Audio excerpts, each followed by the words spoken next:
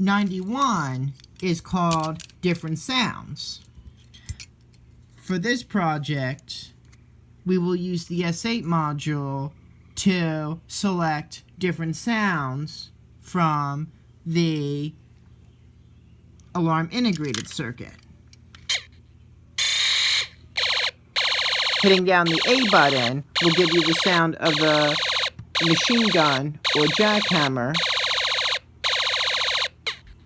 B will give you the sound of what may sound like a space war.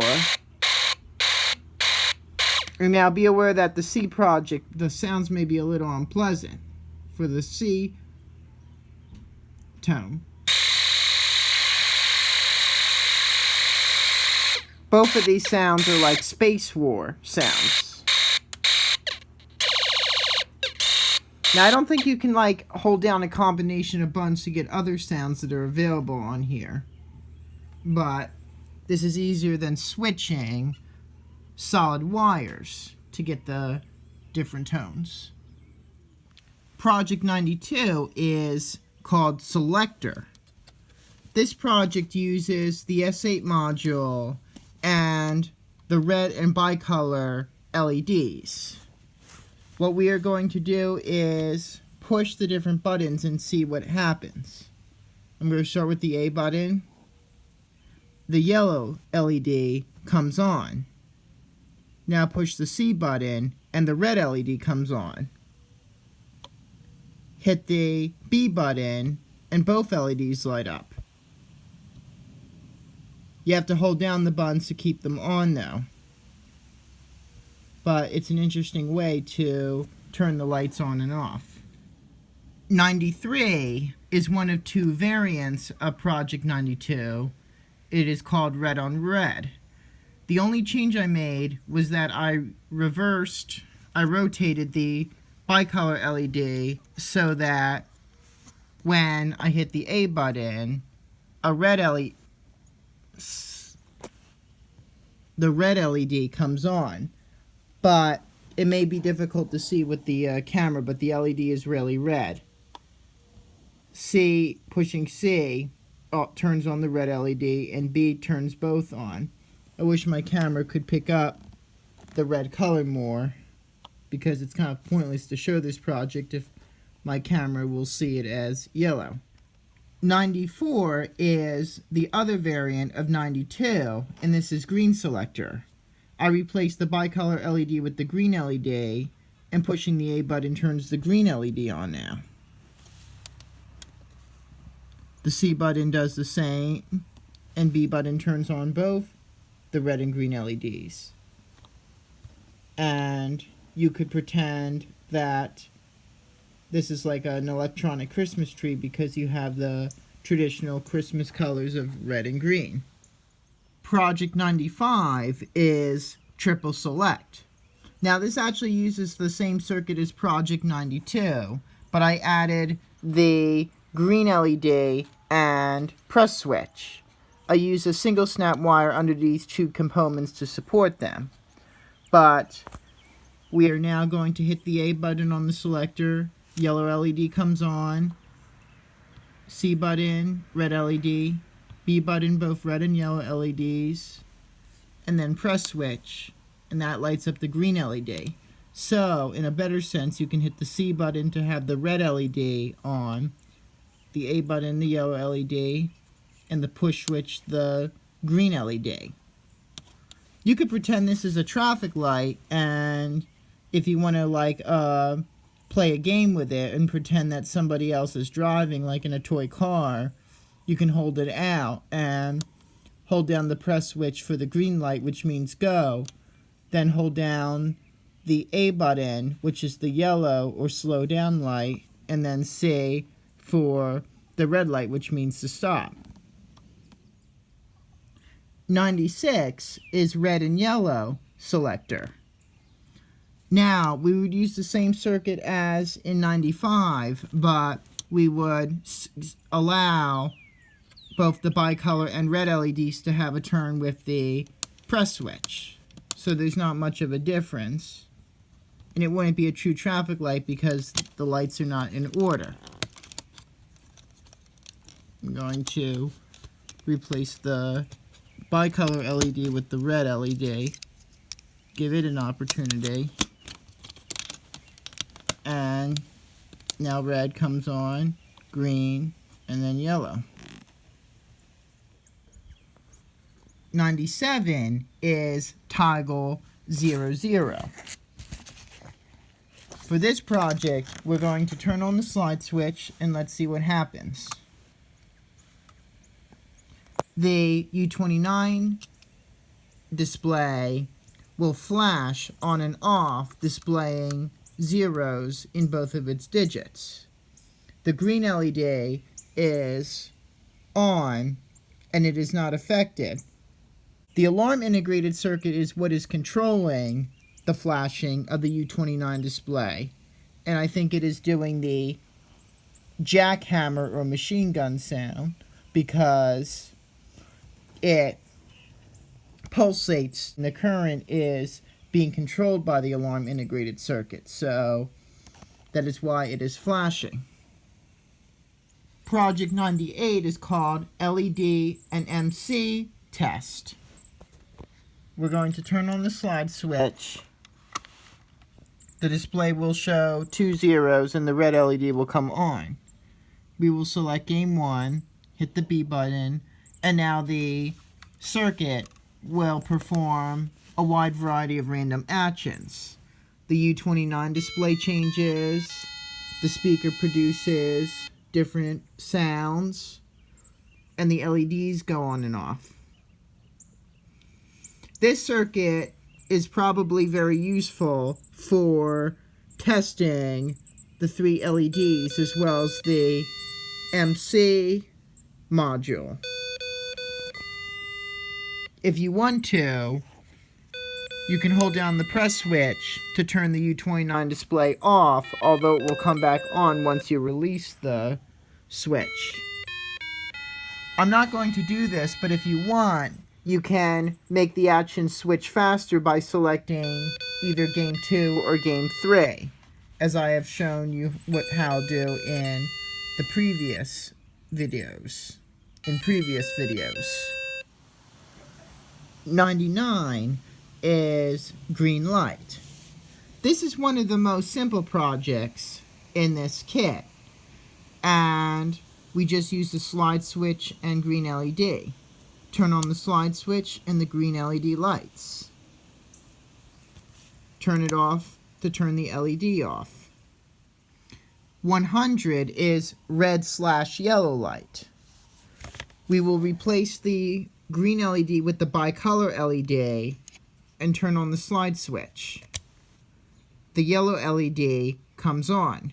Remember, this LED actually has 2 LEDs. A yellow LED and a red LED. And LEDs are light emitting diodes that convert electrical energy into light. The material inside the LED is what determines its color, the color of the light. Now these the 2 LEDs in this component are connected in opposite directions. And that is why the LEDs will only come on if they are connected a certain way. Now you have the red LED because that is hooked up properly. LEDs are much more energy efficient than incandescent light bulbs, and therefore they have a lot of advantages over them. They're smaller too. Project 101 is pop on, pop off. This project is very interesting, and you'll find out right now. We're going to turn on the slide switch.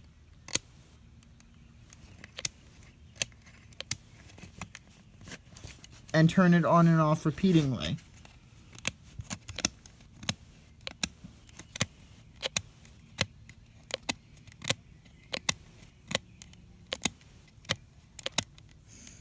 You can hear clicking from the speaker or static.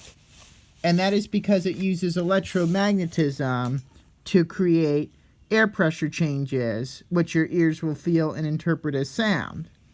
You could compare the speaker to creating pressure waves in the air just like waves in a pool. You'll only see the waves in the pool when you disturb the water. So, similarly, the speaker will only make sounds when the voltage changes. An alternative would be keeping the slide switch on but removing and reinserting the speaker. And you could rub it along the contacts of the 3-snap wire and battery holder.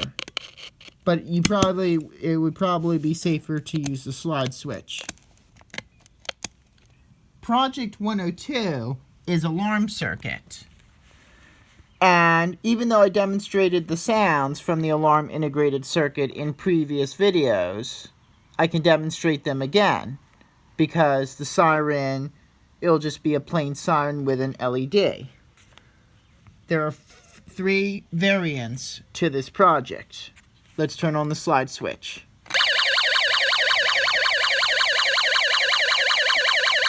That's the police car siren. 103 is machine gun. I put a 2-snap wire with a 1-snap between these connections. Now the circuit sounds like a machine gun.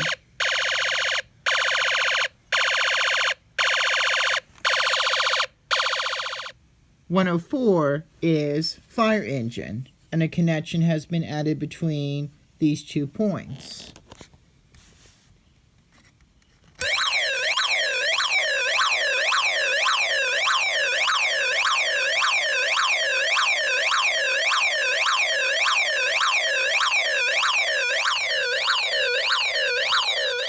Project 110 is fan flash energy.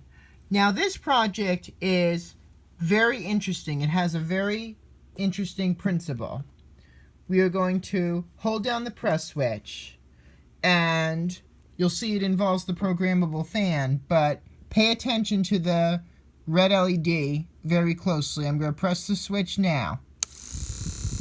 The red LED flashes, but look carefully at what happens when I release the press switch. The red LED flashes. Let's do that again. It flashes again. Why is that? That is because the motor in the programmable fan uses a magnetic field to spin the shaft. And when you release the press switch, the energy from the magnetic field releases a brief current through the LED. And that is like enough to light it for a split second. Sometimes you have to hold the switch down for at least a few seconds to see the effect. But it's best that you use this circuit in a dimly lit room so you can see what happens. 111 is very similar to the previous project. This one is called motor flash energy. As you can see, I'm using the disco motor, and I am going to hold the press switch down. Let's see what happens when I release it after several seconds. You saw the green LED briefly flash. Let's try that again. For some reason, it's not as easy with the disco motor as it is with the programmable fan. Okay, now I think you saw all 3 LEDs flash briefly. That is because the disco motor uses the same principle as the programmable fan. It has a magnetic field which spins the shaft of the motor. And when you release the press switch, this small amount of energy from the motor, from the magnetic field, will light the LEDs for a very brief period of time. You want to view this circuit in a dark room for best results. Project 112 is Tri-Light machine gun. I'm going to turn on the slide switch, and you can see that we have all 3 LEDs plus the alarm integrated circuit and speaker. The speaker makes a machine gun sound, and at the same time, all 3 LEDs light up. Now, Miss Snappy has an interesting message. The lower right snap of the alarm integrated circuit is like an electrical gate, which opens and closes quickly to let small amounts of electricity flow in. And that's what and those bursts of electricity are what light the LEDs and the speaker. Project 113 is Hex Light Machine Gun. I added the disco motor plus 2 jumper wires to connect it, and let's see what happens when I turn on the slide switch now. Other than these additions, the circuit is the same. Now you have the main LEDs plus the 3 lights on the disco motor turning on and off in conjunction with the sound. Now you may see that see that the blue LED is very dim. You can barely see it lit. That's because it uses the most current. It requires the most current, and so it's not going to be as bright as the other LEDs. The principle in this circuit is essentially the same as in the previous one. Project 114 is called Tripwire Alarm. This is essentially a burglar alarm, and it contains several notable components, as you can see, including 2 transistors. And right now, only the green LED is on. Now, we are supposed to remove this black wire, and let's see what happens. The alarm sounds, and the disco motor lights up. Now, if you put the tripwire back in its original place, the alarm stops, the disco motor shuts off, and the green LED comes back on. Now, Mr. Snappy says that the siren sounds in this project may seem distorted because electrical noise generated by the disco motor interferes with the sound from the alarm integrated circuit. But the next project may sound more clear. The green LED here acts like a standby or ready light, and it indicates that the circuit is ready for use. If you want to, you could replace this wire with a much longer one and put it across a doorway so that will signal an alarm if somebody tries to enter, like if they disconnect the wire and walk in. It will alert you to a possible intruder. But of course, this is just for play and not for a real-life application. Project 115 is tripwire alarm with better sound. This circuit is similar to the previous one, except, as you can see, I removed the disco motor and PNP transistor. I'm going to turn on the slide switch and let's see what happens. The green LED comes on, indicating that the circuit is ready, and then I am going to remove one end of the black jumper wire.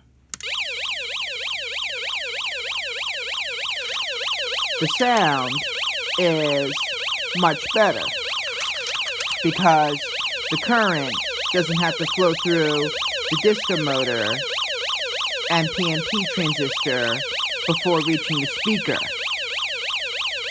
More of that current can be concentrated on that. Now I am going to do the variants of this project, and I'm going to use a red jumper wire and connect it to the appropriate points. Here comes the machine gun sound.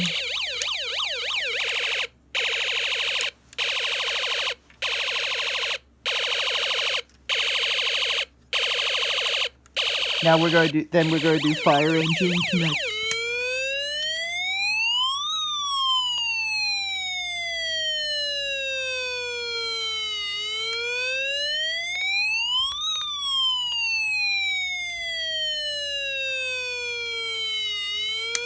And lastly, the European siren, or ambulance siren.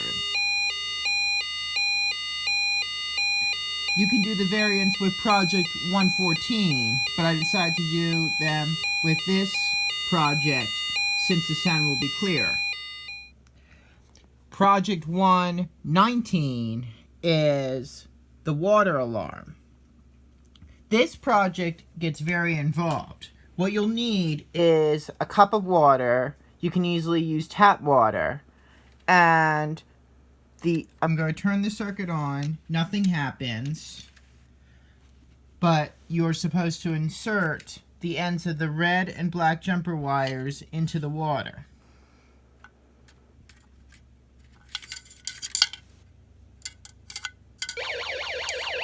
Look what happens. An alarm sounds.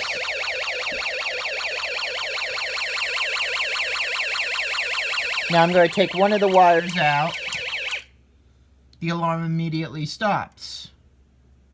Now Mr. Snappy says that water has some electrical resistance, but it's much less than air. The NPN transistor acts like an amplifier to help overcome water's resistance. If you want, you could use longer wires and lay them on the floor of your basement if you have one, and this could be a good flood detector or water detector, because if water comes into contact with both wires, like on the floor, it will trigger the alarm. But you want to make sure that the alarm is above the floor, because it could get damaged otherwise. 120 is called human alarm. For this, we're going to use the same circuit, but instead of putting the ends of the wires in water, I am going to touch the metal ends directly with my fingers. As you can see, only my fingers, the fingers of my hand, are completing the circuit. Yet the alarm sounds and it's pretty loud. Now sometimes you may have to hold the metal ends tightly or wet your fingers to make this circuit work. Your body is mostly water. It's at least 70% water. So that's why your fingers will likely conduct an electric current, and they could be used as an alternative connection in certain cases. Now, of course, you don't want to do this with higher voltages, because you could get seriously injured or killed. But it's a good idea with a small-scale electrical device like this.